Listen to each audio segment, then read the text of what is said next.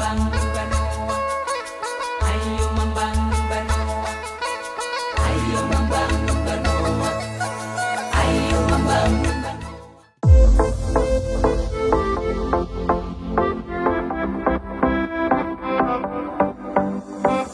Pucuk dicinta ulang pun tiba. Mas kebetulan banget. Apa dan? Mas, ini jadi bener nggak sih? Tapi enaknya sambil jalan deh kita. Oh, apa itu? Boleh sambil jalan ya? Oke. Ini jam segini juga nih soalnya.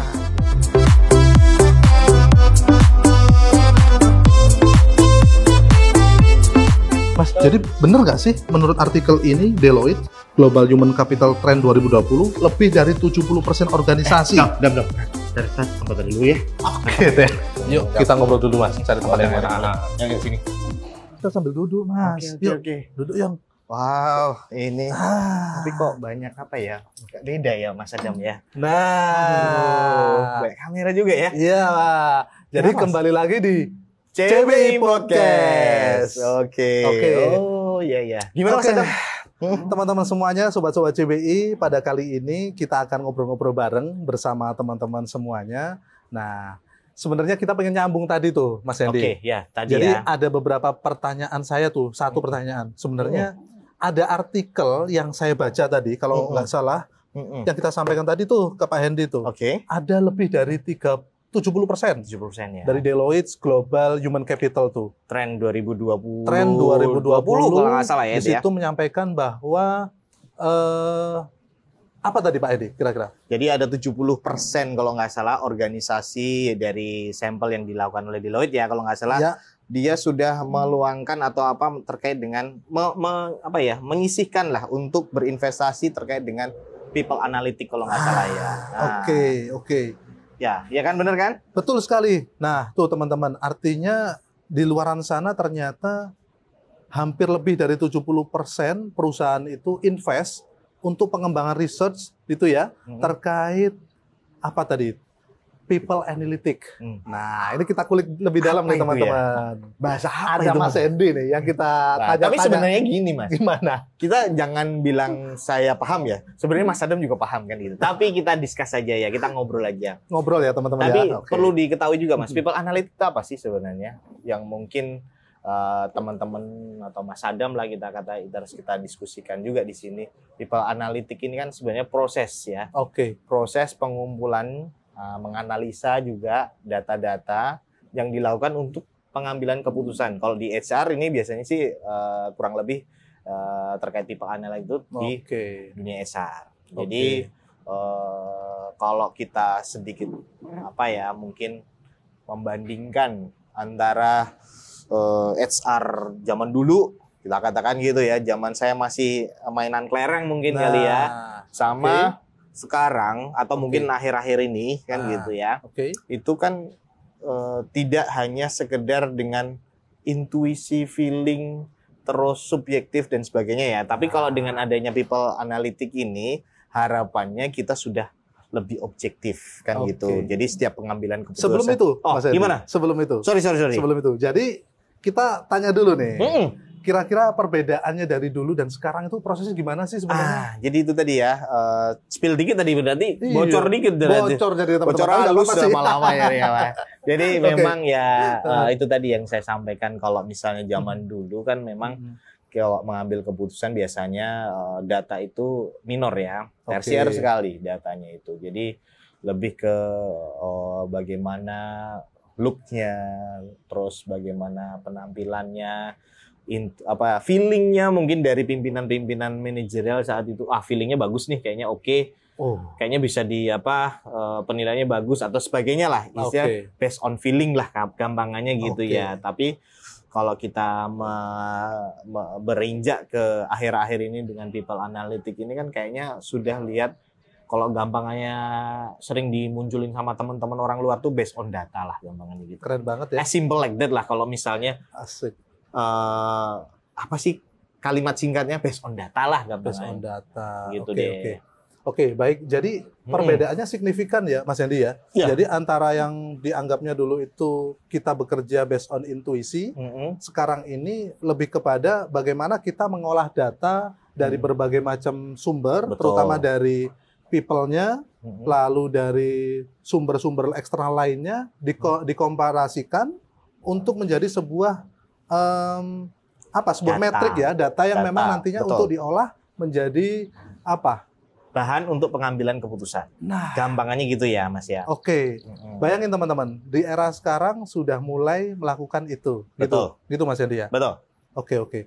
Lalu sebenarnya seberapa penting sih Mas Hendy people analytics itu bisa kita implementasikan terutama nih di perusahaan kita nih ya, di bisnis proses yang perusahaannya adalah bisnis proses perkebunan atau plantation. Oh, jadi memang ya kalau kita cerita practice ya, best practice dan mungkin lebih ke perkebunan ya. Memang secara bisnis perkebunan itu kan semua bisa diukur sebenarnya ya. Walaupun memang namanya tumbuhan itu pasti ada faktor X untuk yang menjadi penyimpangan dan sebagainya. Tapi lebih bisa diperhitungkan secara objektif kan gitu. Dengan cara data-data, tren, pola dan sebagainya. Itulah yang diolah sebenarnya untuk membuat suatu pengambilan keputusan tertentu kan gitu. Oke. Jadi lebih tepatnya seperti itu ya. Oke.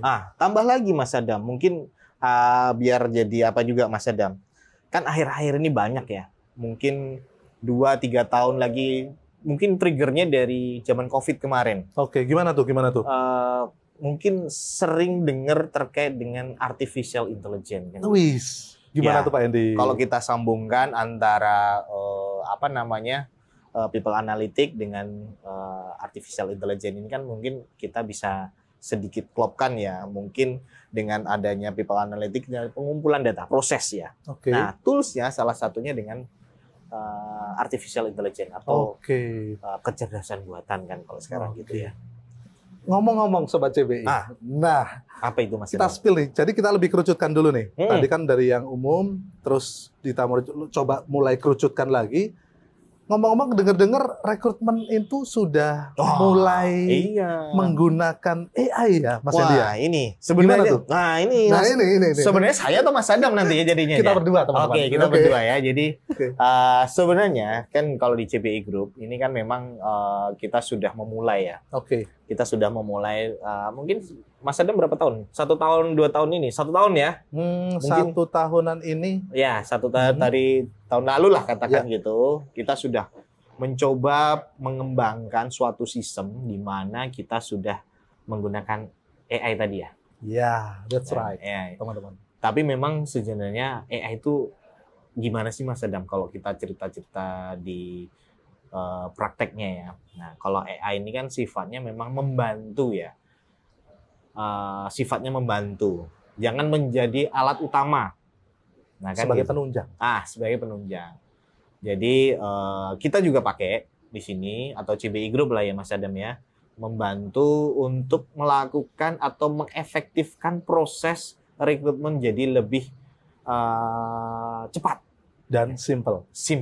kan gitu ya. Jadi itu sebenarnya AI yang mungkin kita pakai. Tapi teknisnya gimana Mas Adam? Nah, Nah, ini kayaknya Mas sebenarnya Adam tadi nih, saya tanya, sekarang balik ganti ke tanya saya kan kayaknya teman-teman Mas Adam nih. nih Tapi kayaknya seru itu. sih ketika kita ngobrolin seperti ini. Ah, ah. Sebenarnya teman-teman, sobat-sobat CBI, benar apa yang disampaikan oleh Mas Yanti tadi.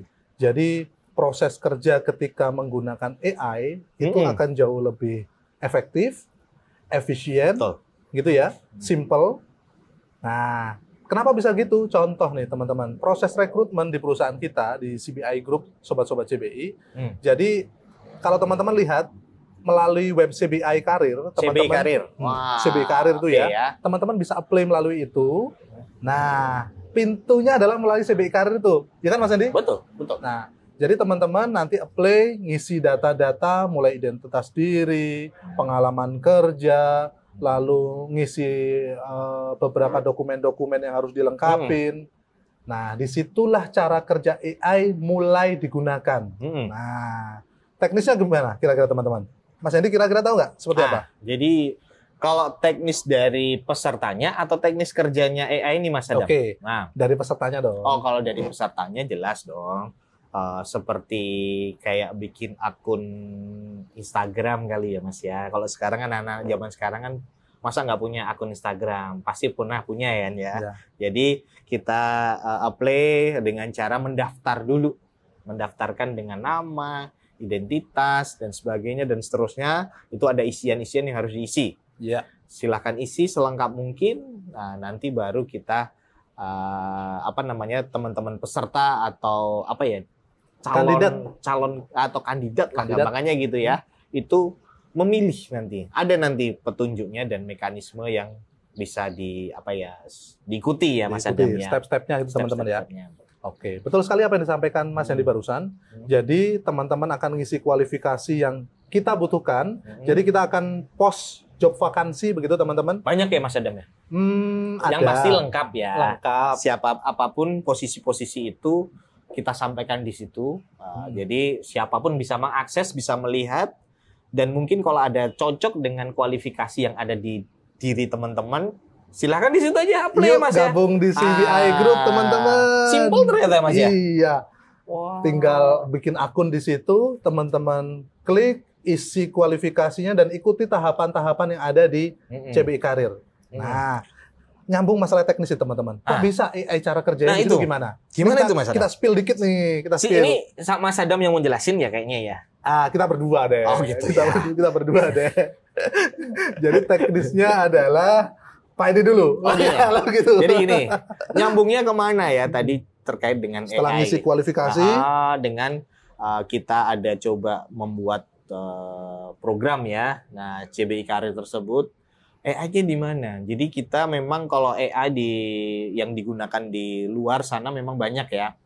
Tapi kita pengembangan pertama ini sifatnya adalah membantu kita untuk mencocokkan lah gampangannya gitu ya. Mencocokkan kualifikasi jabatan yang sudah kita tentukan atau kita akan cari kan gitu dengan kualifikasi atau data-data CV yang ada di teman-teman CBI Karir, CBI Sobat CBI di luar sana kan gitu atau kandidat lah gampangannya gitu ya. Jadi nanti AI ini fungsinya adalah memfilter dan men-screening ya gampangannya gitu ya Mas ya. Menilai kualitas atau kecocokan dari CV-CV yang sudah masuk di tempat kita. Gitu ya Mas Adam ya? Betul sekali. Betul sekali. Simpelnya adalah teman-teman, setiap jabatan tuh pasti punya job description. Betul. Job description itu sebagai parameternya. Betul. Nah, jadi parameternya adalah job description. Jadi AI itu nanti secara otomatis akan bekerja, menilai dan menyesuaikan dengan job description itu tadi. Ketika job description-nya sesuai, skornya akan sesuai. Berarti namun ada beberapa ya Mas Adam ya. Betul. Jadi ada nilai-nilai skor matematika di situ yang menyampaikan bahwa parameter sekian sampai sekian itu sesuai, sekian dan sekian itu tidak sesuai atau belum sesuai. Gitu teman-teman. Jadi kita punya standar tertentu yang mungkin tidak bisa kita sampaikan di sini ya Mas Adam ya. Betul. Yang pasti mekanismenya kita sudah mencocokkan antara apa yang kita cari dengan teman-teman sajikan atau kita terima ya gampangnya gitu. Nah, Mas, dari fungsi AI ini Mas, kan gitu. Keunggulannya apa Mas Adam? Aku jadi nanya ke Mas Adam ya gitu. Tapi nggak apa-apa. Cuma lebih cocok. Baik, teman-teman. Keunggulannya pasti AI ini jadi real time. Gitu, real time, betul. Real time. Betul. Jadi real time itu ketika kita mau tarik datanya, secara waktu ataupun tempatnya dimanapun tuh bisa kita pakai, gitu teman-teman. Dan yang pasti efisien dari sisi biaya. Walaupun investnya pertama pasti akan lebih besar. Tapi kan itu di awal saja ya Mas ya. Dan itu kalau misalnya berjalan sekian lama mungkin itu tidak terlalu terlihat ya. Mungkin dalam 1 tahun pun ini tidak terlalu terlihat sebenarnya. Betul. Secara biaya. Oke. Gitu. Ya harapannya nanti mungkin manajemen bisa melihat nih, ternyata melalui AI ini ternyata memang peran dari HR itu juga bisa optimal ketika ditunjang dengan sistem-sistem seperti ini. Gitu Mas Yandi ya? Betul. Karena saya lupa itu dari mana ya, dari McKinsey atau mana itu. Apa tuh Mas Yandi?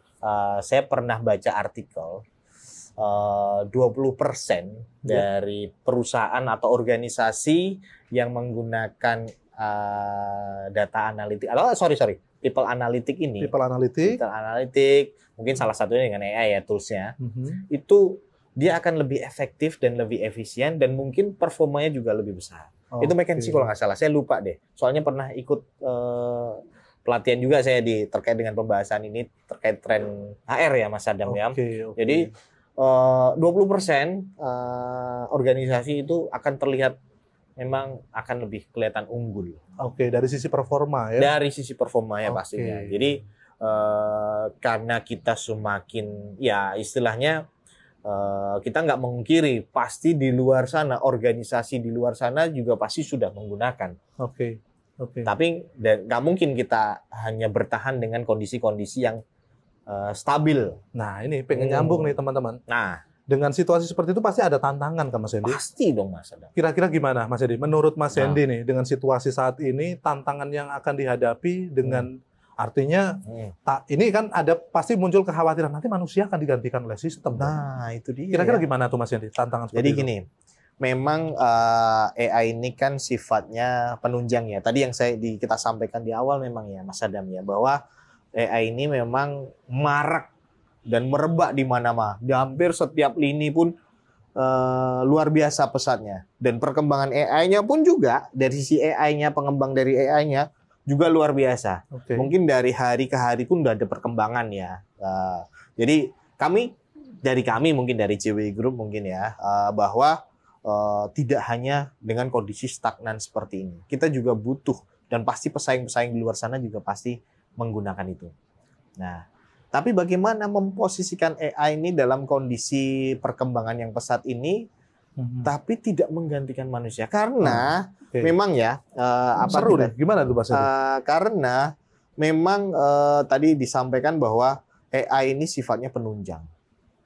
Dan pasti setiap keputusan di data people analytic itu butuh sentuhan manusia sebenarnya. Poin penting teman-teman. Nah, jadi posisikan AI ini sebagai penunjang saja. Setiap hasil akhir dan sebagainya, setiap controlling dan bagaimana harus ada sentuhan dari manusia. Pastinya kita lah ya. Karena sesempurna-sempurnanya AI itu masih namanya juga masih butuh artificial ya. Masih butuh orang yang untuk mengendalikan itu gitu teman-teman. Ya, gitu jadi, ya. Iya benar. Jadi memang harus ada sisi humanisnya yang untuk terkait dengan pengaturan yang sifatnya detail atau sifatnya pengambilan keputusan yang sifatnya detail. Walaupun sekarang kalau kita mau sedikit searching lah gampangannya, itu sampai saya lihat di rekrutmen juga ya, berhubung kita di rekrutmen ini, ada semacam chatbot ya kayak apa ya, chatbot lah terkait dengan pengaturan rekrutmen, penjadwalan dan sebagainya. Sampai hulu sampai hilir proses rekrutmen itu digantikan oleh bot atau robot ya. Pastinya itu di belakangnya ada artificial intelligence pastinya kan gitu. Dan itu kan ya memang secara efisiensi, secara apa mungkin jauh lebih besar ya, tapi memang humanisnya akan hasilnya sedikit berbeda pastinya. Iya kan. Apalagi industri yang di tempat kita Mas Adam mungkin ada plantation, downstream, terus shipping dan sebagainya, properti juga ada kan dan lain-lain gitu. Jadi itu sangat butuh sentuhan manusia. Gitu. Artinya teman-teman bukan menjadi tantangan sebenarnya. Ini jadi peluang baru Mas Hendy ya. Jadikan ini peluang. Jadi peluang baru. Nah, itu dia. Sistem ini sebenarnya adalah melengkapi humanistiknya tadi dari sisi orangnya tadi. Orang tetap tidak akan tergantikan karena orang tadi ini adalah sebagai pengendali dan mengarahkan jalannya sistem ini agar berjalan lebih optimal. Ya, jadi dari teman-teman sekalian, AI itu kan based on data ya. Balik lagi tadi ke people analytic bahwa data-data itu diolah sedemikian rupa, membentuk suatu report lah gampangannya ya sebenarnya. Yang itu fungsi manusia atau fungsi kita selaku manusia yang ada di situ, itulah untuk mengambil keputusan di situ Mas Adam. Luar biasa sekali Mas Hendy ya. Iya. Nampaknya semangat sekali nih Mas Hendy ngobrol-ngobrol nih. Tapi kayaknya kita harus minum dulu dah Mas Adam. Iya. Waduh, dari tadi saya belum minum nih. Soalnya udah disediain nih. Kayaknya beda ini kayak Mas Adam. Iya. Minum dulu teman-teman. Ya, Mas Adam. Tapi Mas Adam, kalau kita cerita masalah di tempat kita tadi, kan katanya kita udah punya CBI karir ya Mas Adam. Iya, betul. Tadi keunggulannya tadi sudah disampaikan, tantangannya sudah disampaikan. pasti ada kelemahan nggak Mas Adam? Kelemahan pasti ada. Ada ya? Ada. Pasti ada. Menurut Mas Hendy apa tuh kelemahannya? Kelemahannya apa ya? Kira-kira apa ya? Oke. Jadi kok apa Mas Oke. Adam? Jadi memang kelemahannya setiap sistem pasti ada celah ya Mas Adam? Pasti. Jadi kita masih itu tadi fungsi manusia akan berperan di situ. Oke. Setiap sistem atau yang kita bangun ini masih ada celah-celah yang mungkin harus kita tutupi seiring dengan berjalannya waktu Mas Adam. Oke. Jadi, Nyambung dari Mas Hendy nih. Mm, Ngomong masalah kelemahan gitu teman-teman, ya, pasti ada juga. masih ada kelemahan. Kenapa? Sistem ini kan berdasarkan semacam prompt ya teman-teman ya. Kalau untuk di AI itu pasti akan ada prompt ya. instruksi, stimulusnya apa, hasilnya apa. Mm-mm. Nah, kelemahannya pasti apa? Ketika kita promptnya itu atau instruksinya tidak jelas Mm-mm. atau bias, ya kualifikasi yang kita dapatkan pun juga akan tidak sesuai. Itu dia. Sehingga kelemahannya ini kita harus pinter-pinter memilah dan memilih teman-teman. Prompt yang sesuai. Jadi tim rekrutmen harus ekstra di awal, tapi enak di akhir. Nah, itu dia. Ekstra di awal tapi enak di akhir. Itu ya bisa jadi kelemahan tapi peluang sebenarnya, gitu ya. Yes, benar. Gitu. Jadi memang apa namanya ya Mas Adam ya, ini kan setiap tadi yang saya balik ya poinnya bahwa manusia itu masih berperan ya Masih berperan sekali. dengan sistem yang kita miliki juga. Betul. Jadi nggak full 100% AI ya. Betul. Di sisi manusia mengoreksi dan sebagainya, kita ada bugs atau semacamnya itu harus segera kita benarkan kan gitu. Oke. Oke. Terpenting berarti dengan situasi seperti ini, Mas Hendy, adanya AI di perusahaan kita membantu nggak kira-kira Mas Hendy? Oh jelas tidak. Ya membantu dong Mas Adam. Ya iyalah, pura-pura aja ini. Ya jelas membantu dong pastinya. Oke. Jadi Oke. pastinya kalau mungkin dari teman-teman atau sobat CBI kan ada yang pernah apply, mungkin ada kasus saja ya, mungkin ada 1-2 orang kasus sudah pernah apply tapi nggak pernah Kok belum dipanggil-panggil? belum dipanggil atau kok nggak ada proses atau gimana. Nah sekarang dengan kondisi seperti ini kita bisa menghindari hal-hal tersebut ya. Kalau memang belum dipanggil berarti bisa jadi itu memang tidak masuk dalam kualifikasi. Belum sesuai ya Belum teman-teman ya? sesuai. Oke. Kan gitu. Karena Coba lagi. karena bisa jadi kalau dulu kan zaman dulu kan mungkin modelnya masih manual, pakai kertas, pakai map, pakai amplop dan sebagainya. Nah, ini bisa jadi terselip atau mungkin orang yang menyampaikan lupa, Nggak tersampaikan. Akan ada peluang seperti itu. Atau bahkan kan mungkin amplop ya Mas Adam ya, ditaruh dititipkan di pos satpam pas hujan deras gitu basah kan jadi nggak terpakai juga kan gitu. Jadi ada banyak faktor yang mungkin membuat jadi hal-hal tersebut terjadi dengan adanya sistem ini atau alat bantu lah kita bahkan gitu. Jadi sangat membantu dong. Ya, Sangat jadi hal-hal membantu. tersebut kita bisa eliminir case-case seperti itu. Oke. Gitu ya Mas Adam ya. Nampaknya seru banget ya teman-teman yang ngobrol sama Mas Iya. Hendin ya. Kayaknya nanti lain kali kita agak Aduh. perlu ngobrol-ngobrol lagi deh. Kayaknya perlu Aduh. juga nih.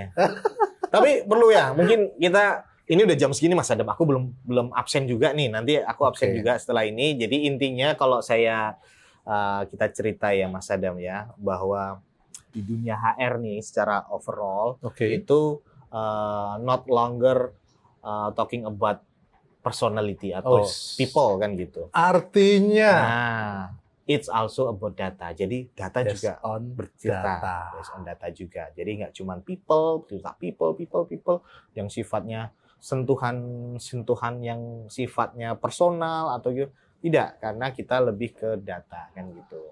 Dan Oke. semua itu bisa dalam bentuk data. Oke. Itu Mas Adam. Nah, gimana? Luar biasa. Aduh. Oke. Yes. Baik teman-teman semuanya, pastikan teman-teman semuanya like, komen, dan subscribe CBI Podcast agar kami tim semua CBI Podcast semakin semangat untuk bikin konten-konten yang penuh inspiratif gitu. Katanya Oke. gitu teman-teman. Oke, pastinya dong. Pastinya gitu. Oke, kembali lagi di CBI Podcast, karya nyata untuk negeri.